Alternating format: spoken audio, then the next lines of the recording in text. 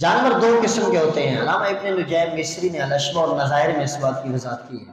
فرمایا جانور دو قسم کے ہوتے ہیں، ایک سائمہ جانور، ایک معلوفہ جانور۔ سائمہ جانور کی تعریف یہ ہے، وہ جانور جو سال بھر مفت کا چارہ کھاتے ہوئے۔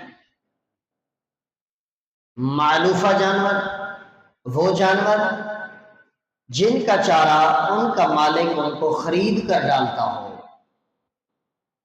ہمارے ہاں جتنے بھی جانور ہیں، اگرچہ یہ ریوڑ جنوں سے اجڑ آتے ہیں کہ بکریاں نے پھرنے پرانے جانور نے، یہ بھی معلوفوں میں آتے ہیں، سائمہ میں نہیں آتے، کیونکہ سال کے کچھ دنوں میں جیسے سیم کے علاقے ہیں یا بارش کے علاقے ہیں، بارش جب آتی ہے تو یہ لوگ بھی اپنے جانوروں کو چارہ بازار سے لا کر ڈالتے ہیں، خرید کر ڈالتے ہیں۔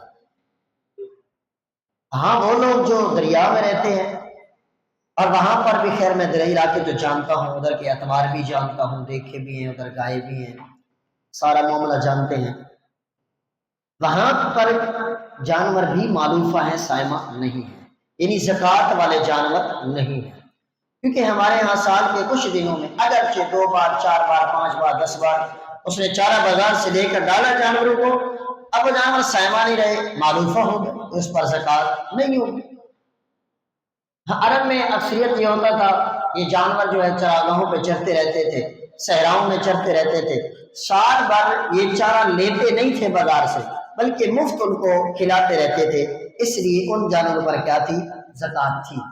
بکری 40 ہو جائیں اس پر زکوٰۃ ہے، گائے 30 ہو جائیں اس پر زکوٰۃ ہے۔ اب بھیڑ اور بکری ایک حکم میں ہوگی، گائے اور بھینس ایک حکم میں ہوگی، اونٹ اگر 5 ہو جائیں تو ان پر کیا ہے؟ زکوٰۃ ہے۔ تو ہمارے یہاں خیر اگرچہ یہ اونٹ والے پھر رہے ہوتے ہیں، چارہ یہ خرید کر ڈالتے ہیں، اس پر زکوٰۃ نہیں آتی۔